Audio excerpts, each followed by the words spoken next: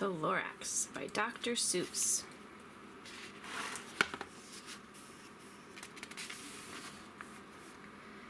At the far end of town where the grickle grass grows, and the wind smells slow and sour when it blows, and no birds ever sing, excepting old crows, is the street of the lifted Lorax. And deep in the grickle grass, some people say, if you look deep enough, you can still see today where the Lorax once stood just as long as it could, before somebody lifted the Lorax away. What was the Lorax, and why was it there? And why was it lifted and taken somewhere? From the far end of town where the grickle grass grows? The old Wunschler still lives here. Ask him, he knows. You won't see the Wunschler, don't knock at his door. He stays in his lurkum on top of his store.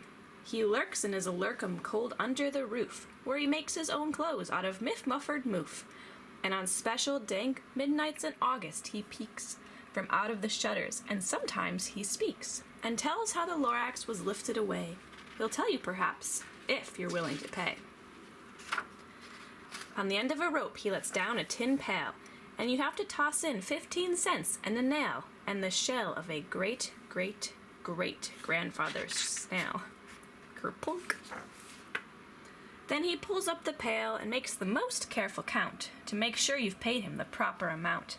Then he hides what you've paid him away in his snove, his secret strange hole in his grovulous glove. Then he grunts, I will call you by whisperophone, for the secrets I tell are for your ears alone. Slop.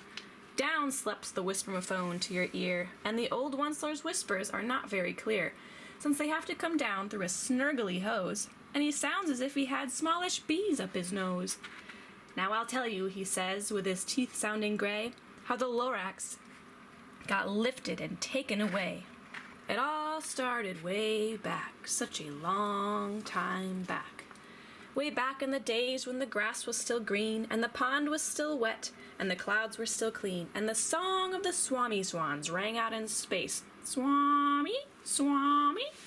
One morning I came to this glorious place, and I first saw the trees, the truffula trees, the bright-colored tufts of the truffula trees, mile after mile in the fresh morning breeze.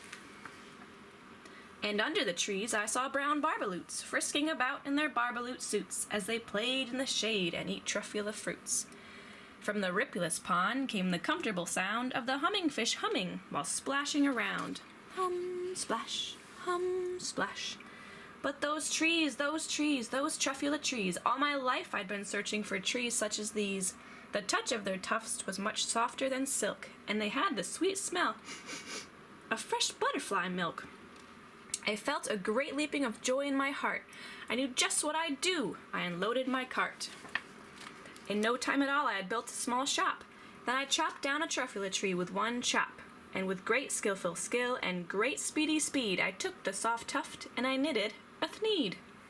There's a thneed. The instant I finished I heard a gazump. I looked. I saw something pop out of the stump of the tree I'd chopped down. It was sort of a man. Describe him, that's hard. I don't know if I can. He was shortish and oldish and brownish and mossy, and he spoke with a voice that was sharpish and bossy.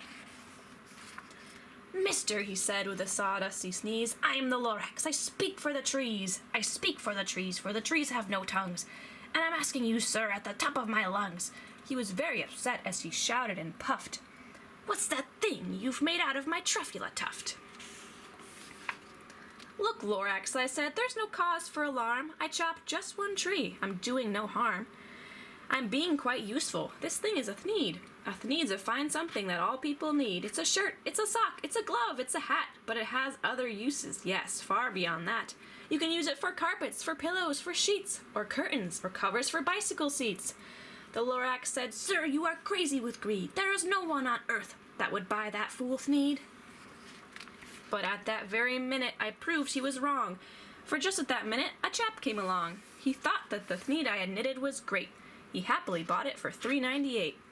I laughed at the Lorax. You poor silly guy. You never can tell what some people will buy. I repeat, called the Lorax, I speak for the trees.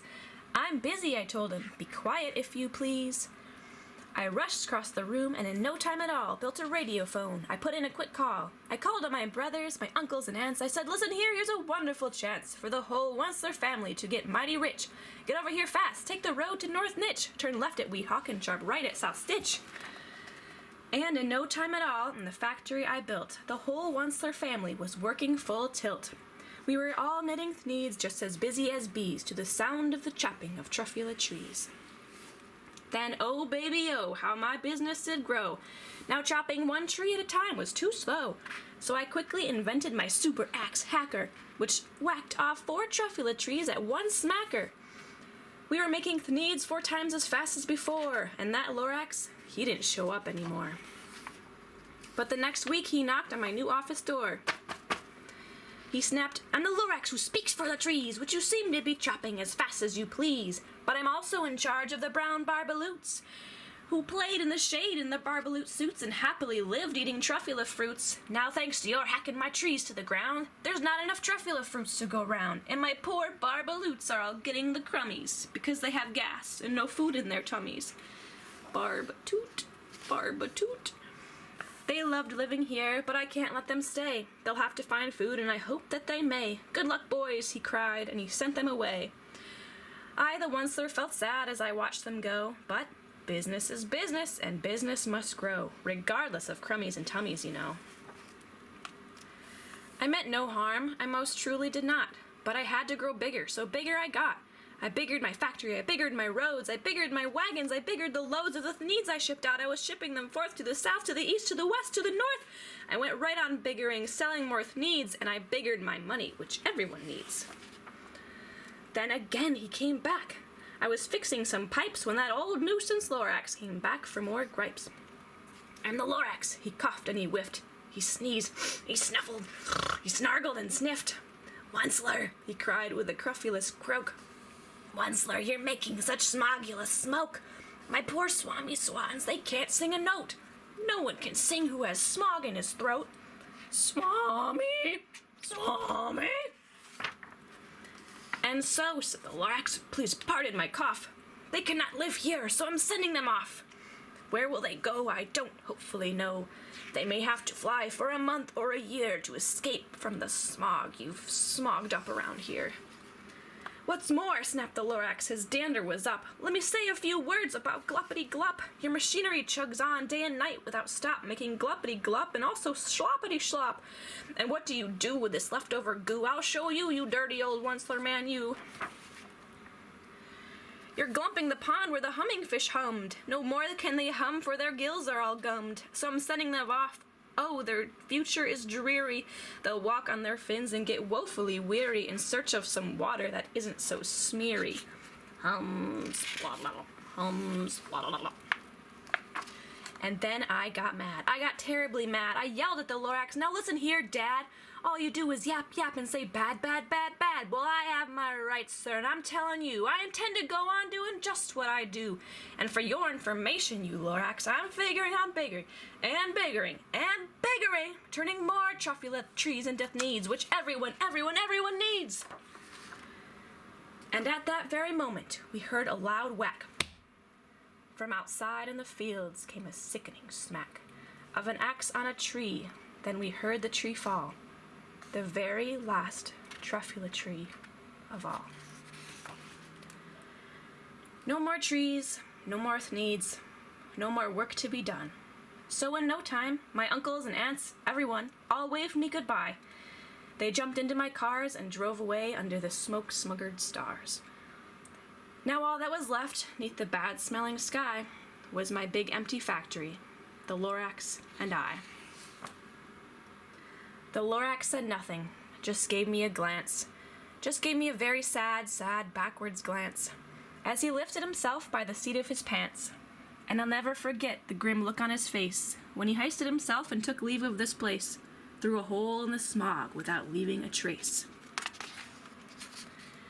And all that the Lorax left here in this mess was a small pile of rocks, with one word, unless. Whatever that meant, well, I couldn't guess. That was a long, long ago, but each day since that day I've sat here and worried away. Through the years while my buildings have fallen apart, I've worried about it with all of my heart. But now, says the Onceler, now that you're here, the word of the Lorax seems perfectly clear. Unless someone like you cares a whole awful lot, nothing is going to get better. It's not. So, catch, calls the Onceler. He lets something fall. It's a truffula seed. It's the last one of all. You're in charge of the last of the truffula seeds, and truffula trees are what everyone needs. Plant your new truffula, treat it with care, give it clean water and feed it fresh air. Grow a forest, protect it from axes that hack. Then the Lorax and all of his friends may come back. The end.